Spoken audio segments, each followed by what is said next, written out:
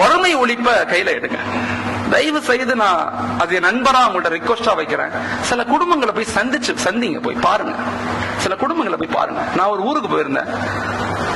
அப்ப ஃபஜ்ர் முடிச்சுட்டு அவங்க ஒரு ஏழையான குடும்பங்களை சந்திக்கிறதுக்காக அந்த பள்ளி இமாம், அந்த பள்ளி பொறுப்புதாரி, நாங்க எல்லாம் போனோம். ஒரு வீட்டுக்கு போனோம். அந்த வீட்டுல வயதான சின்ன குட்டியோன்னு குழந்தை, ஒரு பாட்டி உட்கார்ந்தாங்க. ஒரு சின்ன குழந்தை நின்னுச்சு, ஒரு 3-4 வயசு 5 வயசு புள்ள. அந்த பிள்ளைகிட்ட என்ன பண்றீங்க, அம்மா எங்க? அம்மா வந்து கிளம்பிக்கிட்டு இருக்காங்க, வேலைக்கு கிளம்பிட்டு இருக்காங்கன்னு சொன்னிச்சு. அந்த அம்மா உள்ள சலாம் சொன்னோம். அந்த அம்மா உள்ள இருந்துச்சு. நாங்க பேசணும், நல்லா இருக்கீங்களா, எப்படி இருக்கீங்க, எத்தனை வருஷமா இருக்கீங்க? 8-9 வருஷமா இருக்கு. கணவன் வந்து இறந்து போயிட்டாரு. கணவன் இறந்து. என்ன செய்யறீங்க? நான் வந்து இந்த தையல் கடையில தைய வேலை செய்யறேன், தச்சு கொடுக்குற வேலை செய்யறேன் அப்படின்னு சொன்னாங்க. உங்க எத்தனை பிள்ளைங்க? எனக்கு 3 பெண் குழந்தைங்க. 3 பெண் குழந்தைங்க. என்ன பண்றீங்க? 2 பெண் குழந்தைங்க ஸ்கூலுக்கு போயிட்டாங்க, நான் கிளம்பிக்கிட்டு இருக்கேன். இந்த குழந்தைகிட்ட நாங்க யதார்த்தமா கேட்டோம், சாப்பிட்டியான்னு கேட்டோம். அந்த குழந்தைகிட்ட 5 வயசு பிள்ளைகிட்ட. அந்த குழந்தை சாப்பிடலன்னு சொன்னிச்சு. காலை சாப்பாடு சாப்பிடல. ஏன் சாப்பிடலன்னு கேட்டேன். அந்த குழந்தை சொல்லுது, அஜத்துங்க, எங்க அக்காவுக்கும் எங்க வீட்டுல யாருக்குமே காலை சாப்பாடு கிடையாது. அந்த குழந்தை சொன்ன வார்த்தையை நான் அப்படியே உங்கள்ட்ட சொல்றேன்.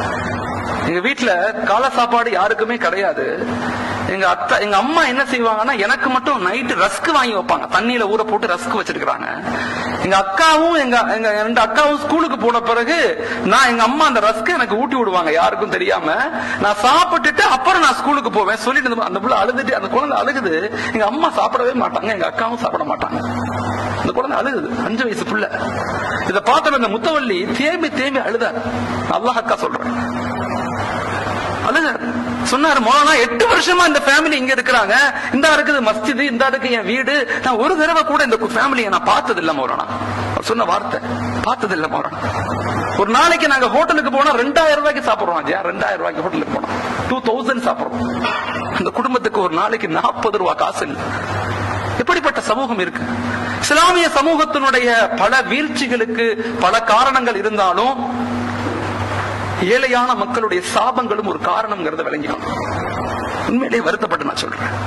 ஒரு தடவை நபி ஸல்லல்லாஹு அலைஹி வஸல்லம் காலத்துல வஃபாத்துக்கு பிறகு ஹஜ்ரத் அபூபக்கர் ரலியல்லாஹு ஒவ்வொரு தொழுகை சுபஹுக்கு முடிஞ்சோனே வேகமா எந்திரிச்சு வெளியே போனாங்க. வேகமா எந்திரிச்சு எல்லாரும் அப்படியே பாக்குறாங்க, எங்க போறாங்க இவங்க, எங்க போறாங்க. ஒரு தடவை உமர் ரலியல்லாஹு பின்னாடியே போனாங்க. இவர் எங்க போறாரு? டெய்லி போறாரு.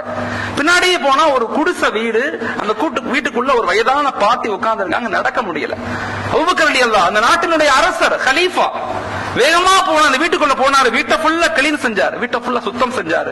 அந்த அம்மாவுக்கு சமைச்சாரு, பக்கத்துல சாப்பாட வச்சாரு. அந்த அம்மா எடுத்து சாப்பிடுது. டெய்லி நடக்குது, இது டெய்லி நடக்குது. ஒரு தடவை அபூபக்கர் ரலியல்லாஹு வஃபாத் ஆயிட்டாங்க, இறந்து போயிட்டாங்க. உமர் ரலியல்லாஹு ஆட்சிக்கு வந்துட்டாங்க, கலீஃபாவா இருக்கிறாங்க. அவங்க என்ன செய்யறாங்க, உடனே டெய்லி அபூபக்கர் ரலியல்லாஹு நண்பர் ஒருத்தவங்க வீட்டுக்கு போனாங்களே ஞாபகம் வந்து இவங்க அந்த வீட்டுக்கு போனாங்க. ஒண்ணுமே சொல்லல, வீட்டுக்குள்ள போனாரு, வீட்டை ஃபுல்லா சுத்தம் செஞ்சாரு, சாப்பாடு செஞ்சாரு, அந்த அம்மா பக்கத்துல வச்சார். அந்த அம்மா சாப்பிட்டுட்டு சொன்னுச்சு, உன் நண்பர் அபூபக்கர் இறந்து போயிட்டாரான்னு கேட்டுச்சு. உன் நண்பர் அபூபக்கர் இறந்து போயிட்டாரா அப்படின்னு கேட்டுச்சு. ஷாக் ஆயிட்டாங்க உமர் ரலியல்லாஹு. அந்த அம்மா கண்ணு தெரியாது, எப்படி தெரியும்னு இவர் கேட்டாங்க. அந்த அம்மா சொன்னுச்சு, உன் நண்பர் எனக்கு உணவு வைக்கும் போது நல்ல ஆத்தி சூடு இல்லாம வைப்பாரு, 2வது பேரிச்சம்பழத்தினுடைய கொட்டையை எடுத்துட்டு சொலைய மட்டும்தான் போடுவார், நீ கொட்டையோட போடுற, என்னால சாப்பிட முடியலன்னு சொன்னுச்சு. உமர் இதை அழுதாங்க. என் நண்பரை ஒருபோதும் எங்களால மிஞ்ச முடியாது. மக்களை சந்திங்க, மக்களை போய் பாருங்க, மக்களுடைய கவலைகள் என்னன்னு கேளுங்க.